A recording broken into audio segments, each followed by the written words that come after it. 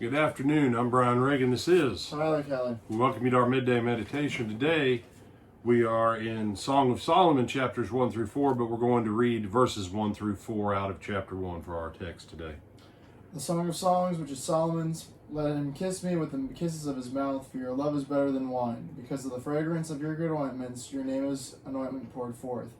Therefore the virgins love you, draw me away. We will run after you.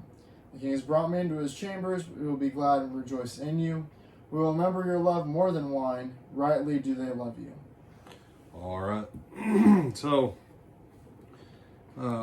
verse 1 is the superscription. It's kind of the introduction, the title, if you will.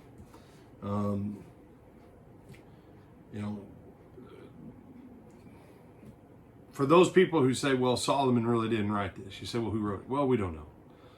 That was like a book I read one time about the Iliad and the Odyssey, Tyler, that they hypothesized that Homer didn't actually write the Iliad and the Odyssey. And my thing was, well, how many works of Homer do we know about? 2. Okay, so if you don't have anything else that you know was Homer's, these are the only 2. And he said, well, it probably wasn't Homer who wrote it. Well, why wouldn't you think Homer wrote it? It was someone who had that name that put that name on there. Okay? And then when you got done reading the thing, they had no name other than Homer. And their final conclusion was, not having any other name to attribute to it, and Homer being the only name, it's still appropriate to say it's Homer's, even though Homer probably didn't write it. And it's like, wow, y'all people are crazy. And some of you, if you get into studying the Song of Solomon, you might read commentaries or come across stuff where people argue about that. The fact that they have no one else's name to put on it, I'm fine with it being Solomon's. The opening to this, this is the bride and her friends. And the imagery here is what we would expect from a bride and her friends, especially a young woman, technically what would have been called a maid or a maiden back then. This is girls dishing over, one of their boyfriends / fiance, and all of them sharing in each other's joy in the anticipation of marriage through the time of the engagement or betrothal. And so this opening we're seeing that picture.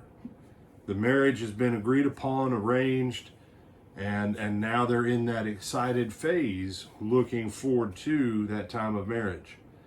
But do notice something about her friends at this stage, that when you read through the book, there's going to be some change. And Solomon, this Song of Solomon, it has some of the ebbs and flows that normally occur in a relationship. This is the first stage. Everyone's excited, everyone's happy.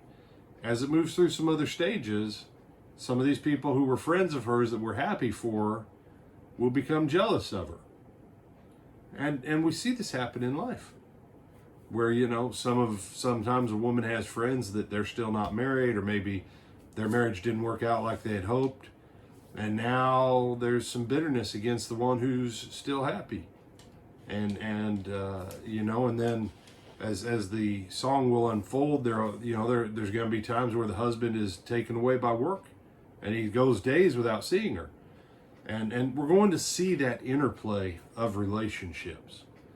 Now, some of you are saying, but I thought this was like, okay. So, yes. Does this have, in poetic form, very detailed sexual imagery? Yes.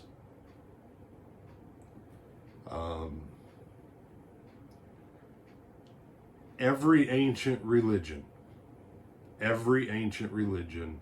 has a manual of sexuality in it. This is the biblical one. And it's a fascinating thing to me that Song of Solomon, contrary to what the prevailing everything was of that region for a few thousand years. One man, one woman in devoted love and intimacy with each other. And that's what makes Song of Solomon unique across the board with all ancient religions. Is it's the only one that one man, one woman in devoted, committed relationship. Most other ones, man, they're all over the board. And you say, like what? I'm not going into it. And I would encourage you, leave those other ones alone, because they take you to crazy places. So, do you have some other thoughts on this, my brother? No, sir. All right. Have we handled Song of Solomon reasonably tamely for these first 4 chapters? Yes, sir. All right, then. With that, I'm Brian Reagan. This is Tyler Kelly. And when we see him again, Tyler? This evening at 8 o'clock. All right, till then.